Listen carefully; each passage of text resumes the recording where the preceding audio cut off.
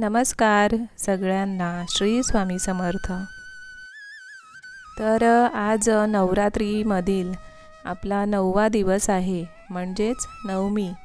तर नवरात्रीमध्ये आपण आपल्या देव्हाऱ्यातील कुलदेवीला ओटी भरतो। आणि जर आपण कुठे जाणार नसू, म्हणजे आपली जिथे कुलदेवी असेल, कुठल्या एखाद्या दूरच्या ठिकाणी असेल आणि आपल्याला जाणं येणं शक्य नसेल, तर मग आपण आपल्या मंदिरामध्ये, आपल्या देव्हाऱ्यामध्ये देवी आईची ओटी भरतो। आणि नवरात्रामध्ये सप्तमी, अष्टमी आणि नवमीला कुलदेवीची ओटी भरणं शुभ मानलं जातं। तर आज आहे नवमी आणि आज संध्याकाळी मी आपल्या देवी आईची म्हणजेच माझ्या कुलदेवीची ओटी भरत आहे। तर ओटीमध्ये आपण नवी कोरी साडी घ्यायची असते। त्यानंतर देवी आईच्या शृंगाराचं जे काही सामान असेल, आपल्याच्याने जे काही होत असेल तेवढं जमेल तेवढं आपण द्यायचं असतं। त्यानंतर खण पाहिजे असतं, नारळ पाहिजे असतं, म्हणजेच आपलं श्रीफळ, फुलं हवी असतात किंवा वेणी असेल, गजरा असेल तरीसुद्धा चालतं। आणि जे काही म्हणजे शृंगाराचं, जसं की मी आता बांगड्या ठेवलेल्या आहेत हिरव्या, टिकलीचं एक पॉकेट आहे आणि नंतर मग खडीसाखर आहे, तांदूळ आहेत, हळद कुंकू आहे। तर ते सगळं काही ओटीमध्ये आपण अर्पण करायचं आहे आणि त्यासोबतच दक्षिणा द्यायला विसरायचं नाही। ओटीमधील सगळं सामान आपण दुसऱ्या दिवशी उचलायचं आणि त्यातील जी नवी कोरी साडी आहे ती आपणच घरातील स्त्रीने परिधान करायची आणि बाकीचं सगळं सामान जे काही ओटीतील असतं ते देवी आईसाठी, घरातील देवी देवतांसाठी किंवा आपण आपल्यासाठी यूज केलं तरीही चालेल। तर इथे मी आपल्याला दाखवत आहे की नवमीच्या दिवशी स्वामी महाराजांनी दिव्यामध्ये जी काजळी येते तर तिथे दर्शन कसं दिलेलं आहे। म्हणजे देवाचं हे जे असतं ना चमत्कार, निसर्गाचा चमत्कार असतो, तो फार मोठा असतो आणि त्याचा विचारही आपण करू शकत नाही। स्वामी महाराजांची जी काही मूर्ती हल्ली मिळते आपल्याला पाहायला सगळीकडे, बऱ्याच लोकांकडे अशी मूर्ती असेलच, तर त्याच मूर्तीची प्रतिकृती दिव्याच्या काजळीमध्ये अवतरलेली होती आणि खूप चमत्कार असा वाटला मला आणि म्हणूनच कॅमेरामध्ये हे सगळे क्षण मी कैद केले आणि तुम्हाला दाखवण्याचा प्रयत्न केला। तर त्यानंतर अचानकपणे परीचे सगळे मित्रमंडळी अचानकपणे सरप्राईज द्यायला आमच्या घरी आले आणि परीचा वाढदिवस त्यांनी साजरा केला। तर तोही एक आनंदाचा क्षण होता आणि मी तयार होऊनच बसलेले, कारण देवी आईची ओटी भरायची होती आणि त्यानंतर मला मंदिरामध्ये सुद्धा जायचं होतं, कारण 9वा दिवस आहे आणि आम्ही कुठे गरबा पाहायला सुद्धा गेलो नव्हतो। तर म्हटलं की आज जेवण वगैरे झालं की मस्त छान असा गरबा वगैरे पाहूया आणि काळकाई देवी आईच्या मंदिरातील कार्यक्रमसुद्धा पाहूया।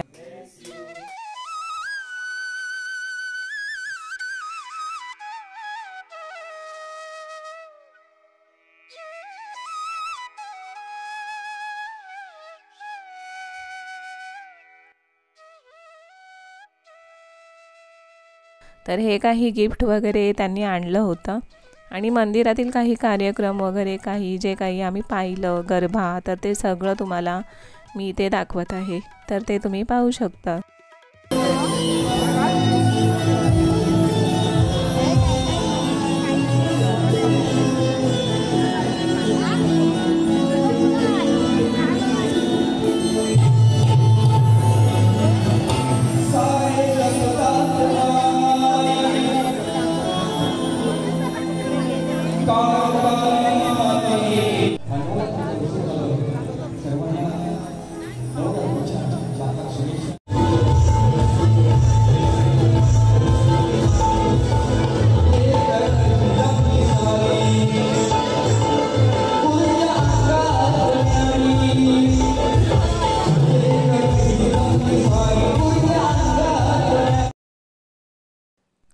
तर हा आहे खेड शहरातील शिवसेना प्रमुखांनी आयोजित केलेला गरबा।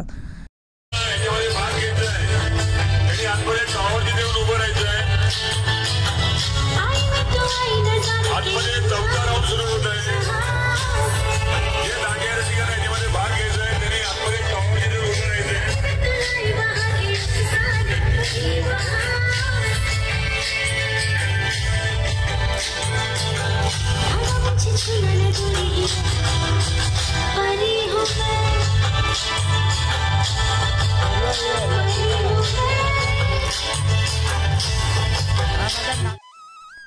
तर आज आहे दसऱ्याची छान अशी मंगलमय आणि प्रसन्न सकाळ। तर सगळ्या घराची साफसफाई आज आम्ही करायला घेतली होती। तर त्यासाठी सुद्धा वेळ बराच लागला। पण कसं आहे, घरामध्ये पूजा अर्चना असेल तर घरामध्ये साफसफाई महत्त्वाची असते। म्हणजे खराब घर असेल आणि सगळीकडे पसारा असेल तर त्या पूजेला, देवपूजेला काहीच अर्थ नसतो। आणि म्हणूनच घरामध्ये साफसफाई वगैरे करून नंतर मग सणवार साजरे करण्याला प्राधान्य दिलं जातं। तर आता मी इथे सरस्वती देवीची पूजा करायची आहे म्हणून सरस्वती काढून घेत आहे। तर आज बऱ्याच वर्षांनी मी हा प्रयत्न केलेला आहे। लहानपणी पाटीवर वगैरे काढायचे, पण त्यानंतर कसं काढण्याचा एवढा योगायोग आला नव्हता। पण यावर्षी म्हटलं की स्वतःच्या हातांनीच मस्त काढूया आणि नंतर मग त्याची पूजा करूया। आपलं सरस्वतीचं यंत्र आहे ज्याची आपण आज पूजा करणार आहोत। तर देवाऱ्याची बऱ्याच दिवसांनी छान अशी पूजा केलेली आहे, कारण 9 दिवस आपल्याला देव हलवायचे नव्हते। त्याच्यामुळे देवांची स्वच्छता, देवांचे कपडे बदलणं हे सगळं काही झालं नव्हतं। तर आज मी ते सगळं काही करून घेतलेलं आहे, देवारा स्वच्छ केलेला आहे। आणि आज आपल्या स्वामी महाराजांचं रूप तुम्ही पाहू शकता, किती छान असं दिसत आहे नाही का। म्हणजे आपले जे कृष्ण भगवान आहेत तर ते आपल्या स्वामी महाराजांमध्ये कसे दिसत आहेत, तर त्याचंच एक छान असं प्रतिबिंब दिसत आहे स्वामींमध्ये। आणि हे मुकुट खूपच सुंदर दिसत आहे आपल्या स्वामी महाराजांना। तर देवाऱ्याचं वातावरण पहा किती सुंदर दिसतंय। म्हणजे हेच असतं की आपण जेवढी स्वच्छता करू, जेवढं काही करू आपण, तेवढंच घरामध्ये प्रसन्न वातावरण निर्माण होतं। तर म्हणूनच आधी देवाऱ्याची छान अशी पूजा करून घेतली, नंतर मग गोडाचं नैवेद्य दाखवून घेतलं आणि नंतर मग दसऱ्याच्या खऱ्या पूजेला मी सुरुवात केली। कारण हार वगैरे बनवायचे होते, तोरण बनवायचे होते, तर मग ते सगळं नंतर मी बनवायला घेतलं।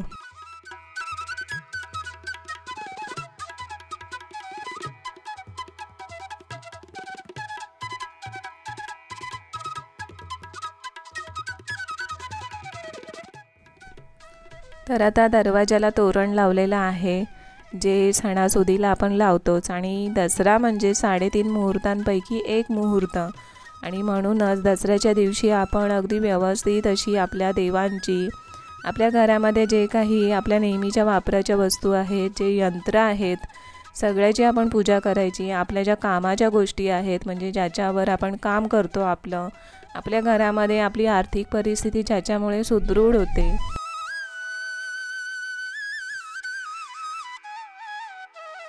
तर त्या सगळ्या गोष्टींची आपण आज पूजा करायची असते। तर उंबरठ्याचं पूजन करून घेतलेलं आहे। आणि पाठीमागे तुम्ही पाहिलंच असेल, आमची छान अशी शेजारीण आहे, म्हणजे ती पर्शियन मांजर आहे। तर ती अधूनमधून येत असते आमच्याकडे, तर ती पण होतीच माझ्या पाठीमागे।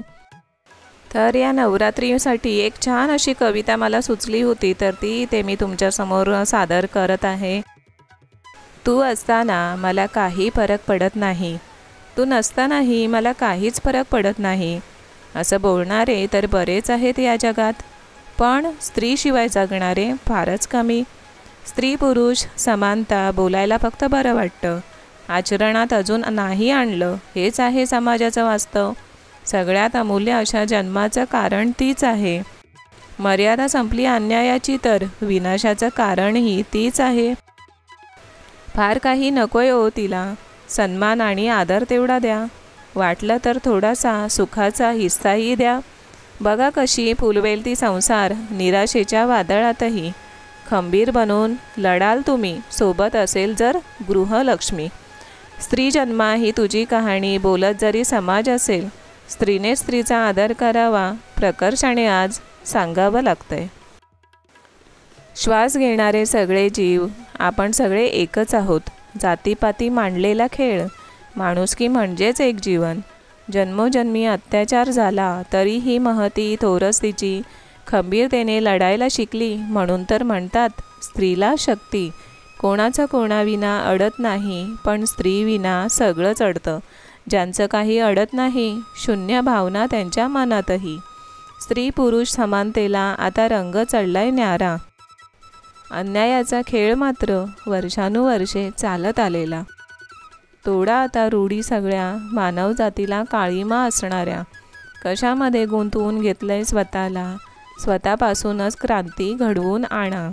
आई भवानीची रूपं अनेक, स्त्रीची ही तशीच रूपं कित्येक, प्रत्येक रूपात दडलंय प्रेम, प्रत्येक रूपात दडलाय त्याग।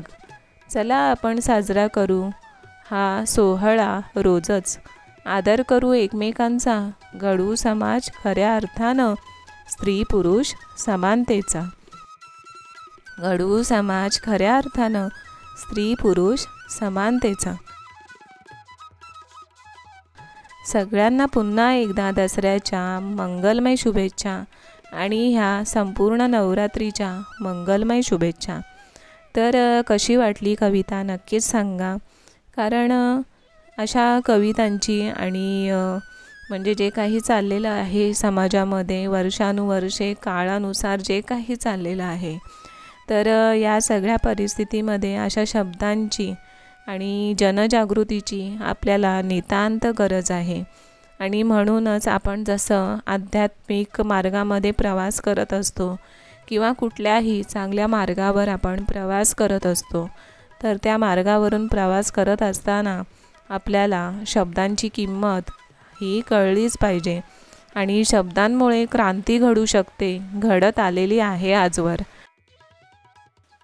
आणि म्हणूनच शब्दांमुळे जास्तीत जास्त जनजागृती करणं, समाज प्रबोधन करणं हा माझा हेतू आहे आणि हे माझं ध्येय आहे।